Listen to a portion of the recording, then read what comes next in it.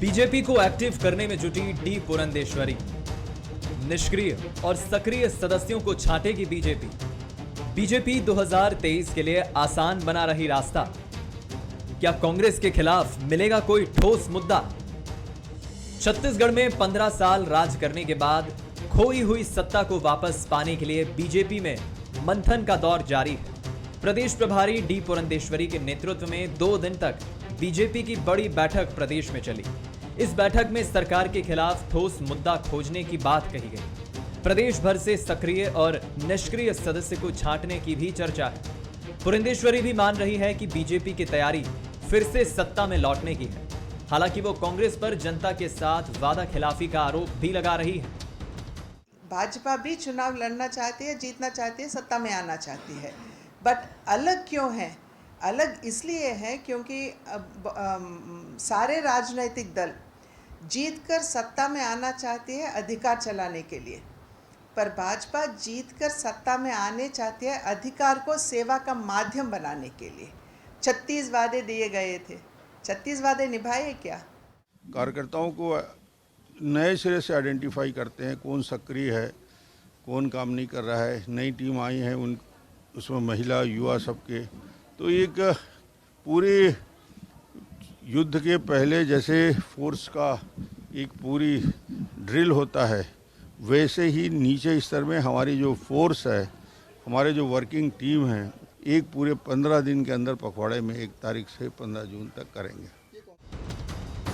BJP की बैठकों पर नजर तो कांग्रेस की भी है। कांग्रेस पुरंदेश्वरी को घेर रही है। मंत्री शिव डहरिया का कहना है कि पुरंदेश्वरी चुनाव के समय नहीं आती। उनको पता है चुनाव में हार जाएंगे। बीजेपी के पास ना कोई मुद्दा है, ना कोई विजन है। आदरणीय पुरंदेश्वरी जी चुनाव के समय तो आती नहीं, चुनाव में हार जाएंगे, इसलिए वो अभी जितने उपचुनाव हुए हैं उसमें वो आई नहीं। जो हमारे नगर पालिका नगर पंचायत के चुनाव हुए उसमें कहीं प्रचार में नहीं गई। वो जानती है भारतीय जनता पार्टी के पास ना कोई मुद्दा है, ना कोई विजन है। खोई हुई सत्ता को वापस पाने के लिए बीजेपी निचले स्तर से फिर कार्यकर्ताओं को सक्रिय करने में जुटी है। लेकिन 2023 सत्ता वापसी का रास्ता बीजेपी के लिए आसान नहीं है। इधर कांग्रेस भी बीजेपी की हर गतिविधि पर नजर बनाए हुए है। ऐसे में अब अगले साल होने वाले चुनाव में किसकी रणनीति कितनी कारगर साबित होगी, ये देखना दिलचस्प होगा। कुलेश्वर पांडे, बंसल न्यूज, रायपुर। नमस्कार, मैं हूं दीपक मिश्रा और छत्तीसगढ़ आज का हमारा मुद्दा है एक्टिव मोड में बीजेपी। 2023 की तैयारी को लेकर कांग्रेस और बीजेपी दोनों ही राजनीतिक दल अभी से एक्टिव दिख रहे हैं। बीजेपी ने फैसला लिया है कि वो निष्क्रिय और सक्रिय सदस्यों की लिस्ट तैयार करेगी ताकि 2023 में उसकी सत्ता का रास्ता आसान हो सके। लेकिन कांग्रेस भी बीजेपी की हर रणनीति पर नजर रख रही है। सवाल यही है कि क्या बीजेपी की ये रणनीति कामयाब हो सकेगी? एक बार फिर से खोई हुई सत्ता क्या बीजेपी हासिल कर सकेगी? करेंगे आज इसी पर चर्चा और टटोलेंगे उन सवालों के जवाब जो इसके इर्द गिर्द घूम रहे हैं। मिलिए मेहमानों से जो हमारे साथ चर्चा में जुड़ रहे हैं। हमारे साथ कांग्रेस प्रवक्ता अभय नारायण राय जी जुड़ रहे हैं, राजीव चक्रवर्ती साहब बीजेपी नेता हैं, हमारे साथ वो भी जुड़ रहे हैं, और वरिष्ठ पत्रकार पीसी रथ साहब जुड़ रहे हैं। आप तीनों मेहमानों का बहुत स्वागत है। सबसे पहले मैं बीजेपी नेता राजीव जी से ही प्रश्न पूछूंगा। राजीव जी, 15 साल आप सत्ता में रहे, आपकी पार्टी सत्ता में रही। 2018 के विधानसभा चुनाव में जनता ने आपको दरकिनार कर कांग्रेस को सत्ता दी, सत्ता की चाबी दी। अभी कांग्रेस एक बहुत अच्छे संख्या बल के साथ सत्ता में है और ये दावा भी कर रही कि आने वाले चुनाव में भी हम पूरी मजबूती के साथ जीतेंगे क्योंकि हम वो काम कर रहे हैं। आपको बेशक मेहनत तो बहुत करना होगी क्योंकि नंबर फिगर के हिसाब से भी देखा जाए तो सत्ता हासिल करना एक बड़ा चैलेंज तो होगा ही। लेकिन जिस तरह आपकी नेता डी पुरंदेश्वरी मेहनत कर रही हैं, लगातार बैठकें भी ले रही हैं, अच्छी बात है, विपक्ष को सक्रिय होना चाहिए। लेकिन कांग्रेस कह रही है कि डी पुरंदेश्वरी जब चुनाव आते हैं तब तो चली जाती है क्योंकि उन्हें पता है हार का सामना करना पड़ेगा। आप क्या मानते हैं, ऐसे कौन से वो सदस्य हैं, कौन से नेता या कार्यकर्ता हैं जो सक्रिय हैं? कितनी मेहनत आप मान रहे हैं और कांग्रेस के इस बयान पर आप क्या कहेंगे? कितनी एक्टिव है बीजेपी?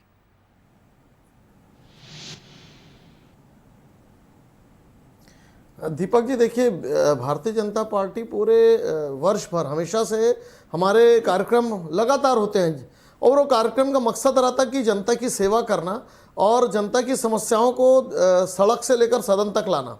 अब कांग्रेस के लोग अगर भारतीय जनता पार्टी का जो डहरिया जी आकलन कर रहे थे, तो वो अपनी पार्टी की चिंता कर ले, पूरे देश भर में कांग्रेस की क्या स्थिति है, G23 हो या प्रदेश में जो कांग्रेस की स्थिति है, कांग्रेस 2 गुटों में बटी है, इसके पहले 5 गुटों में बटी थी। तो भारतीय जनता पार्टी की चिंता बिल्कुल ना करें। और पुरंदेश्वरी जी चुनाव में आए, कभी भी आए, उनका सतत संपर्क, कोई भी चुनाव जो प्रभारी होता है प्रदेश का, उनका सतत संपर्क बना रहता है, संवाद बना रहता है। और भारतीय जनता पार्टी की चिंता बिल्कुल कांग्रेस के बंधुओं को छोड़ देनी चाहिए। भारतीय जनता पार्टी जनता के साथ संवाद में है और हमको बहुत अच्छा, अभी कुशाभाऊ ठाकरे कार्य योजना को लेके हम चल रहे हैं, विस्तारक योजना के तहत वार्ड वार्ड में, नगर नगर में, गली गांव में हम जा रहे हैं। बहुत नाराजगी है सरकार के प्रति, बहुत अच्छा फीडबैक मिल रहा है और जनता कह रही है कि जो 36 बिंदु थे वो 36 बिंदु फ्लॉप हो चुकी है और भारतीय जनता पार्टी को हमको वापस लाना है। तो इसलिए भारतीय जनता पार्टी का आत्मविश्वास एकदम उच्चतम स्तर पर है। कार्यकर्ता बंधु बिल्कुल सब सजग हो गए हैं और जैसे डॉक्टर साहब ने कहा कि युद्ध के पहले जैसे मॉक ड्रिल होता है, तो हमारा मॉक ड्रिल चल रहा है और भारतीय जनता पार्टी के अश्वमेध का घोड़ा तैयार है और हम आगे जनता की सेवा करने के लिए आएंगे, ये सतत और समग्र विश्वास है। और बिल्कुल भारतीय जनता पार्टी 2022 के चुनाव में, 23 के चुनाव में सत्ता पर आएगी और कांग्रेस को बेदखल कर देगी सत्ता से। अभय जी क्या कहेंगे? ठीक है, राजीव जी की भी हमने बात सुनी और वो कह रहे हैं कि उनकी पार्टी, उनके नेता काफी मेहनत कर रहे हैं, एक बार फिर जनता उन्हें चुनेगी।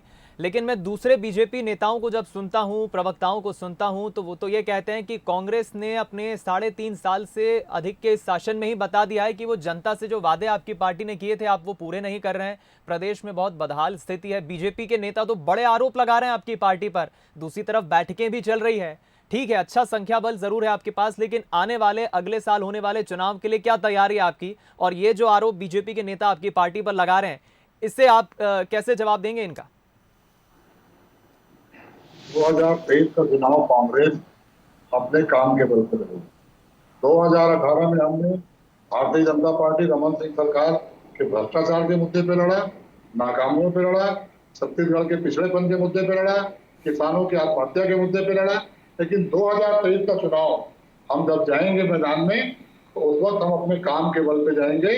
जो छत्तीसगढ़ की संस्कृति, जो छत्तीसगढ़ के तीज त्योहारों को महत्व, तो छत्तीसगढ़ के किसानों को 2500 रुपया का बोनस, तो छत्तीसगढ़ के कहते कर लेंगे और 3 वादे भी हम चुनाव से पहले पूरे कर लेंगे जी। आज का जो मुद्दा है कि एक्टिव मोड में बीजेपी, ये बीजेपी एक्टिव मोड में है कि निष्क्रिय मोड में है कि बीजेपी किस मोड में जाएगी, बीजेपी तय करेगी।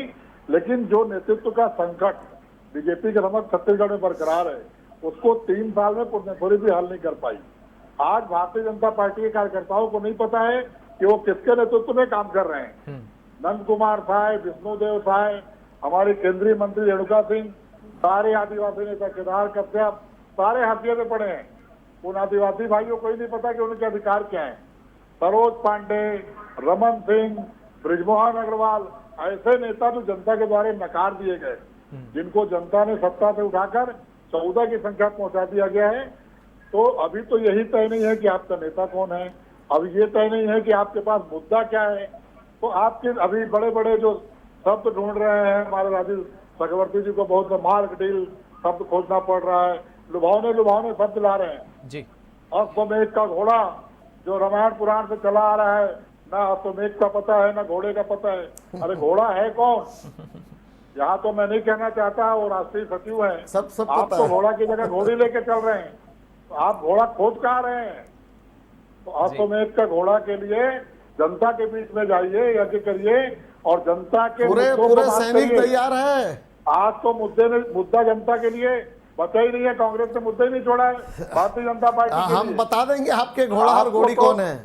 आपके तो अरे मुद्दे तो भ्रष्टाचार का है अभय जी, व्यापक भ्रष्टाचार, किसानों की समस्या वो और शराबबंदी का मामला, अपराधगढ़ का मामला, मुद्दे तो जनता ला कर दे रही है। आपके मंत्री छुपे घूम रहे हैं, जनता के पास आ नहीं रहे हैं। देखिए, अगर मैं मुद्दे गिनाऊंगा तो आप बोल नहीं पाएंगे। इतनी बेदर्दी, ना सड़क का पता है, ना पुलियों का पता है, ना स्कूल भवन का पता है, सिर्फ हमारे काम का फीता काट रहे हैं। और जो संतोष है जनता का, वो देखिएगा क्या रूप लेता है। जनता छत्तीसगढ़ की छत्तीसगढ़ी बात पे खुश हाँ, है। वो षड्यंत्र का भी हम उजागर करेंगे जो कांग्रेस पार्टी ने षड्यंत्र छत्तीसगढ़ छेड़ा के किसान था। खुश है कर्जा अभय मुक्ति जी, से और नरवा गुरुआ छत्तीसगढ़ के गरबाबादी किसान से हम ग्रामीण दुखी रोजगार दे है, रहे छात्र हैं। दुखी है, हमने बेरोजगारी भत्ता का बेरोजगारी मामला है। एक एक करके हम इतने अगर सारे बात करें तो मैं मामले समझता हूं जनता बेहतर पूछ हम रही समझ है पाएंगे। कि कांग्रेस के लीडर दिखलाई नहीं देते। राजीव जी। जी सुनने की क्षमता रखिए, सुनने की शक्ति रखिए, अभी जनता सुनाएगी। जनता के इंतजार करिए, जब आप नहीं, मैदान बस- में जाएंगे तो लोग हिसाब पूछेंगे आपसे। नहीं, आप लोग तैयार हमारे रखिए। मुख्यमंत्री ने काम 36 किया है, बिंदु फ्लॉप हमारे शो। मुख्यमंत्री भेंट मुलाकात में जा रहे हाँ, हैं। जनता के और पास आपके हिसाब नेता है कहाँ है? व्यापक भ्रष्टाचार आपके का। नेता बंकर में बैठ के ट्वीट कर रहे हैं। हाँ, हमारे और मुख्यमंत्री वहां भेंट पर मुलाकात बेदर्दी से में वो जनता के बीच जा रहे हैं। वो जो नौटंकी चल रही, लगातार लोगों को 20 पता है विधानसभा हो कैसे गया। महिलाओं को प्रताड़ित किया जाता है। हाँ, चलिए, जनता के बीच जो जा मैं रहे हैं, लौटूंगा, कोई आप समाधान नहीं दोनों हो के रहा है। पास लौटूंगा। जो अभय जी, application दिया राजीव जाता जी, है, वो आपके डस्टबिन में अपने बंद अपने है। दावे हैं, अपनी अपनी सवाल भी हैं एक दूसरे के प्रति, लेकिन मैं लौटूंगा आप दोनों के पास। पीसी रथ साहब, आपसे मेरा बड़ा सीधा सा सवाल, वर्तमान राजनीति को छत्तीसगढ़ में आप भी देख रहे हैं और जिस तरह से एकाएक आज हमने विषय भी रखा है कि एक्टिव मोड में बीजेपी, 15 साल सत्ता में रही बीजेपी, काफी मेहनत किया, हालांकि प्रदेश अध्यक्ष को भी 2 बार बदला जा चुका है। अभी डी पुरंदेश्वरी के हाथों में बतौर प्रदेश प्रभारी के तौर पर एक कमान है, लगातार बैठकें भी ले रही हैं और जितना हम समझ पा रहे हैं डी पुरंदेश्वरी का रुख स्पष्ट समझ आ रहा है कि जो सक्रिय नहीं है उसे बाहर का रास्ता दिखाएंगे। नेताओं को, सांसदों को जो कमजोर बूथ है वहां जाना होगा, मेहनत करनी होगी, जनता के बीच जाना होगा और सरकार के प्रति कैसे आक्रामक रहना है ये बीजेपी तैयारी कर रही है। इस पूरे परिपेश को आप कैसे देख रहे हैं?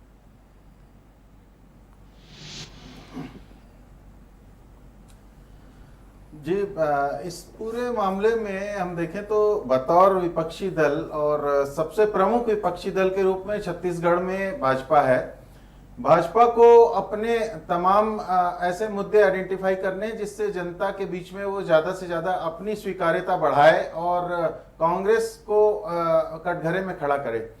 अब इस पूरे क्रम में जो हम भारतीय राजनीति में देखते हैं, सबसे महत्वपूर्ण चुनाव में माना जाता है किसी भी राज्य में वो नेतृत्व क्षमता, किसके नेतृत्व में पार्टी चुनाव में मूव करती है। ये हमने पिछले 4-5 चुनाव में देखा है। जिस तरह पंजाब में जब अमरिंदर सिंह के नेतृत्व में कांग्रेस चुनाव लड़ी तो पूरे देश में विपरीत परिस्थिति होने के बाद भी पंजाब में कांग्रेस की सरकार बनी जी। लेकिन अभी पिछला चुनाव कांग्रेस में चूंकि नेतृत्व स्पष्ट नहीं था, इसलिए पंजाब में उसने लूज किया और आम आदमी पार्टी को मौका मिला। ठीक इसी तरह से छत्तीसगढ़ में भी चुनाव में दोनों राजनीतिक दलों के सामने एक बड़ी चुनौती है 2023 का चुनाव कि वो किसके नेतृत्व में जा रहे हैं जी। क्योंकि नेतृत्व के आधार पर सरकार बनाना भारतीय जनमानस में अभी एक ट्रेंड चल चुका है और इसी ट्रेंड के कारण भाजपा को कर्नाटक में अपने 3 मुख्यमंत्री बदलने पड़े हैं पिछले दिनों, क्योंकि वो जिनके नेतृत्व में सरकार बन रही थी वो सेटिस्फैक्टरी नहीं हो पाए और किसी भी कारणों से आखिरकार नेतृत्व परिवर्तन करना पड़ा। उत्तराखंड में नेतृत्व परिवर्तन करना पड़ा। इसी तरह से ये देखा जा रहा है कि छत्तीसगढ़ में नेतृत्व को लेकर के स्पष्टता नहीं है भाजपा में, जिसके लिए कांग्रेस उसको बार बार उन मुद्दे को उठा रही है। लेकिन दूसरी तरफ कांग्रेस में भी नेतृत्व को लेकर बहुत अच्छी स्थिति नहीं है। पिछले जो 3 साल जो गुजरे हैं उसमें 2.5 साल के बाद ही जो सिलसिला शुरू हो गया था तो नेतृत्व को लेकर के सवाल, वो मुद्दे सरकार के दबाए नहीं दब पा रहे हैं। असली सवाल होता है राजनीति में कि जनता के बीच जनता के मुद्दों पे काम क्या हुआ है और जनता की दिक्कतें कितनी कम हुई हैं। दोनों राजनीतिक दलों को ये ध्यान रखना चाहिए कि उनके आपसी संगठन के मुद्दे वो दूसरी बात है, लेकिन आम जनता की तकलीफें कितनी कम हुई है, आम जनता की दिक्कतें कितनी बढ़ी हैं, उसको लेकर के सवाल उठने चाहिए। और एक तरफ हम देखते हैं कि समाचारों में बार बार रोजगार के अभाव में, ऋणग्रस्तता के कारण बहुत से लोगों के परिवार सहित सुसाइड करने की खबरें बढ़ रही हैं। एक तरफ हम देखते हैं कि लोगों की आय कम हो रही है, बेरोजगारी में उस तरह से नियंत्रण नहीं हो पा रहा है, महंगाई बढ़ रही है। तो ये मूल मुद्दे होते हैं जिससे आम जनमानस प्रभावित होता है। शिक्षा और स्वास्थ्य भी महत्वपूर्ण मुद्दे हैं। तो ये दोनों पार्टियों को इनके अपने निजी मुद्दों के साथ साथ इन मुद्दों को ध्यान में रख के सड़क की लड़ाई लड़नी जरूरी है। सड़क पे जाके जनता को रिलीफ देना जरूरी है, तभी चुनाव में वो अपने मनवांछित ताकत प्राप्त करने की कोशिश कर सकते हैं, तभी वो उस तरह से चुनाव में अपने आप को प्रेजेंट कर पाएंगे। तो ये छत्तीसगढ़ में फिलहाल प्रश्न है कि चुनावी वायदे का क्या हुआ और संगठन में नेतृत्व किसके हाथ में रहेगा। बहुत जी। अच्छे से आपने रथ साहब समझाया है। जिम्मेदारी राजनीतिक दलों की क्या होनी चाहिए, बतौर वो सत्ताधारी दल हो या फिर विपक्ष में बैठी कोई पार्टी हो। लेकिन हम देख रहे हैं छत्तीसगढ़ की सियासत में समय समय पर किन्हीं किन्हीं कारणों के चलते, किन्हीं किन्हीं मुद्दों के चलते दोनों ही पार्टियां एक दूसरे के प्रति काफी आक्रामक हो जाती हैं और मुद्दे कई होते हैं। कई दफा हम देखते हैं केंद्र और प्रदेश सरकार के बीच तनातनी हो जाती है। बहरहाल मैं लौटूंगा। राजीव जी, कांग्रेस के जो हमारे मेहमान बैठे हैं भाई जी, उनका तो यही कहना है कि देखिए साहब, आप चाहे कितने भी मुद्दे गिना लीजिए, लेकिन 15 साल जो जनता ने आपको दिए थे, आपने जो किया वो बात अलग है। लेकिन कांग्रेस की सरकार जो काम कर रही है, जो विकास कर रही है, उसको लेकर वो काफी आश्वासित हैं। दूसरी तरफ आप भी ठोस रणनीति बना रहे हैं, आरोप तो बड़े बड़े आप भी लगा रहे हैं, लेकिन इतना आसान नजर नहीं आ रहा है, क्योंकि कांग्रेस भी आपके उस चैलेंज को स्वीकार करने के लिए तैयार है।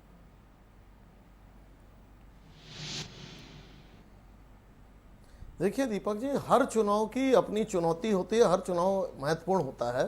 तो कांग्रेस अगर ये समझती है कि उसके जो 4 साल, जो 5 साल वो व्यतीत करेगी, वो कार्यकाल बहुत अच्छा है, तो हम कांग्रेस को बधाई देते हैं। अगर वो इन बिंदुओं पर जाती है तो आप देखेंगे कि जो शांत सुरम्य छत्तीसगढ़ था, जो एक अच्छा छत्तीसगढ़ था जहां कानून व्यवस्था की कोई समस्या नहीं थी, तो एक बहुत बड़ा विकराल समस्या छत्तीसगढ़ में कानून व्यवस्था की हो गई है। आम आदमी 9 बजे के बाद जा नहीं पाता है, बहुत विकराल समस्या है। शराबबंदी एक बहुत बड़ा मुद्दा है, जिसने कांग्रेस पार्टी ने गंगा जल की कसम खाई थी कि हम शराबबंदी करेंगे, और आज वो कमेटी की बात करते हैं 4 साल बाद भी।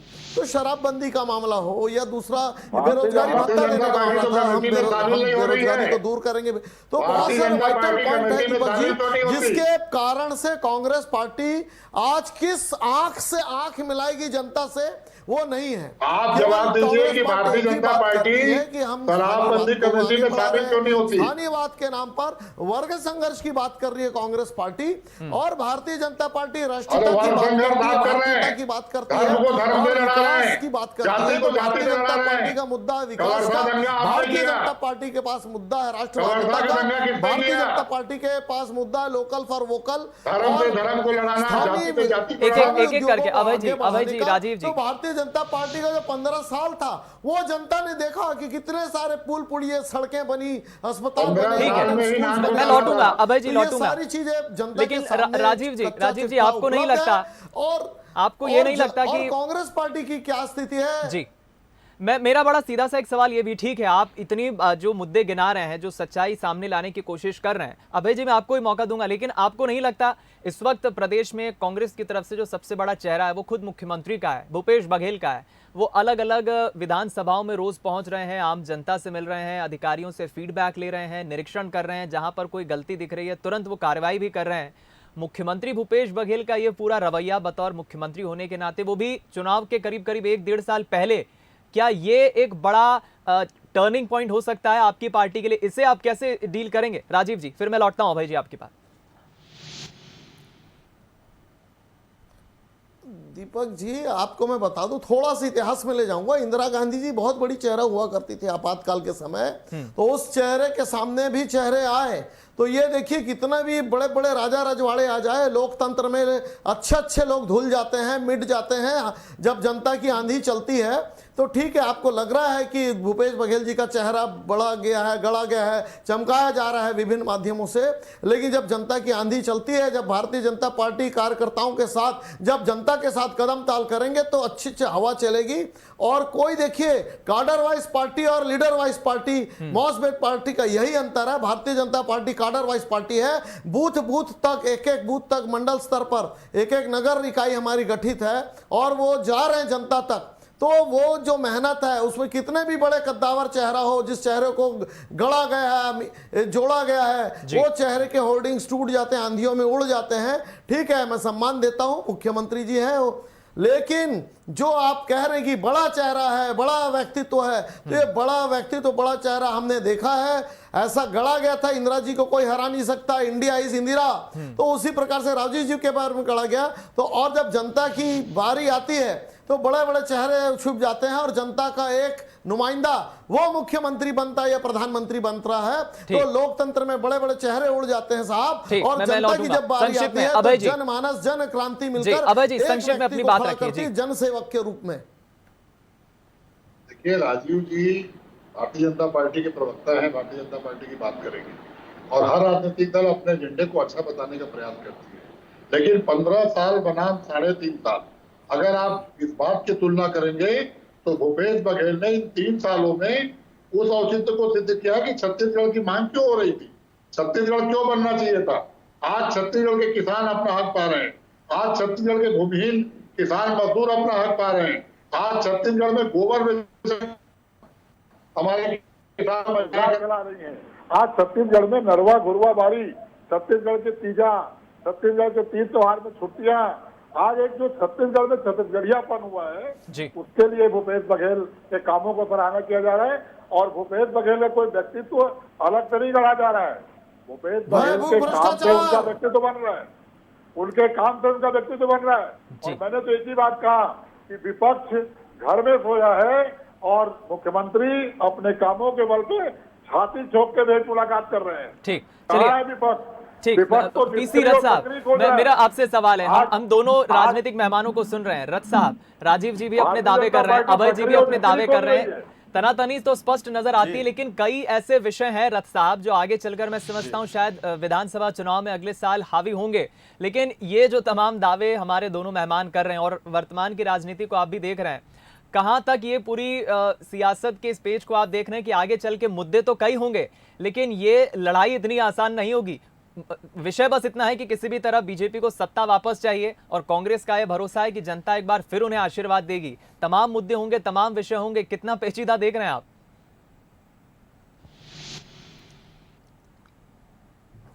जी, निश्चित रूप से ये पूरा मामला जो है चुनाव में अपनी जीत को लेकर के जो दोनों दल आश्वस्त होना चाहते हैं और जो भाजपा है वो बहुत समय से चूंकि एक्टिव मोड पर नहीं आ पाई है इसलिए उसको एक्टिव मोड पर लाने की कोशिशें हो रही हैं, ये तो स्पष्ट है। इसका मतलब ये है कि कार्यकर्ताओं पर एक बार फिर से भाजपा को लौटना पड़ रहा है। नेताओं पे आधारित जो संगठन होता चल गया था उसको अब धीरे से चुनाव को ध्यान में रख के कार्यकर्ताओं को मजबूत करने की ओर भाजपा कदम बढ़ा रही है। दूसरी तरफ सबसे मजेदार परिस्थिति ये देखिए कि छत्तीसगढ़ की सरकार को दो ऐसे बड़े राजनीतिक कद जो है वो परेशान ज्यादा कर रहे हैं। भाजपा के अपने कैडर के अलावा आप देखें तो एक तरह से जो पूर्व कांग्रेसी होने के नाते पुरंदेश्वरी जी को माना जाता है कि वो पहले कांग्रेस में रह चुकी हैं और ठीक उसी तरह से छत्तीसगढ़ में माननीय राज्यपाल महोदया जो है वो भी पहले कांग्रेस में रह चुकी हैं। तो ये सरकार जो है वो भाजपा के किसी नेता से या किसी उस तरह से ज़्यादा प्रभावित नहीं हो पा रही है। अभी ऐसा लग रहा है कि सरकार को बहुत नए सिरे से अपने आप को और रिफाइन करने की जरूरत है, क्योंकि जैसा अभय जी कह रहे थे कि भाजपा इस बार कांग्रेस अपने काम को लेकर के जाना चाहती है चुनाव में, तो निश्चित रूप से कांग्रेस के लिए अभी बहुत सारे काम पूरे करने बाकी हैं और जो चुनाव आने के पहले का जो समय है उसको तन्मयता से उन कामों को, उन चुनावी वादों को पूरा करने में जुटना चाहिए कांग्रेस को, ताकि वो आगे जनता के सामने अपनी बात मजबूती से रख सके कि शिक्षा और स्वास्थ्य के स्तर पर कांग्रेस ने ये काम करके दिखाया है जिसके आधार पर वो जनता से वोट चाहती है। बिल्कुल ठीक कहा आपने। अभी बहुत सारे लोक लुभावन नारे और बहुत सारे अलग अलग धार्मिक, व्यावसायिक, सांस्कृतिक मुद्दों पे भाजपा कांग्रेस काम कर रही है, लेकिन आप देखिए कि पंजाब में सरकार बनते साथ उन्होंने पंजाबी को लेकर के नौकरियों में आरक्षण फिक्स कर दिया है और छत्तीसगढ़ में 3 साल के चुनाव के बाद भी छत्तीसगढ़िया लोगों के लिए रोजगार में कुछ उस तरह से कांग्रेस कर नहीं पाई है। तो कांग्रेस को भी यहाँ पर उन मूल मुद्दों की अनदेखी नहीं करनी चाहिए और प्रदेश के लोगों के हित में कुछ ऐसे ठोस काम करना चाहिए जिससे कि वो चुनाव में अपनी बात रख सके। बिल्कुल ठीक कहा आपने और मैं समझता हूं कि ये जो बचा हुआ समय है, करीब 1.5 साल से भी कम वक्त रह गया है छत्तीसगढ़ में विधानसभा चुनाव होने के लिए और ये वक्त अब दोनों ही राजनीतिक दलों के लिए भी काफी महत्वपूर्ण है। आप तीनों मेहमानों का बहुत शुक्रिया अदा करूंगा, समय इजाजत नहीं दे रहा आगे चर्चा करने के लिए। अभय जी, राजीव जी और पीसी रथ साहब, आप तीनों का बहुत शुक्रिया। हमने जानने की कोशिश की, टटोलने की कोशिश की, लेकिन देखिए दोनों ही राजनीतिक दल दावे तो बड़े बड़े कर रहे हैं, एक दूसरे की आलोचना भी करते हैं, लेकिन अभी 1.5 साल का वक्त रह गया है छत्तीसगढ़ विधानसभा चुनाव में। जनता किसे वापस चुनती है ये देखना दिलचस्प होगा। तैयारियां दोनों ही राजनीतिक दल बहुत तरीके से कर रहे हैं, अनुशासनिक तरीके से कर रहे हैं और एक दूसरे पर प्रहार भी कर रहे हैं। इस चर्चा में इतना ही, दीजिए इजाजत, नमस्कार।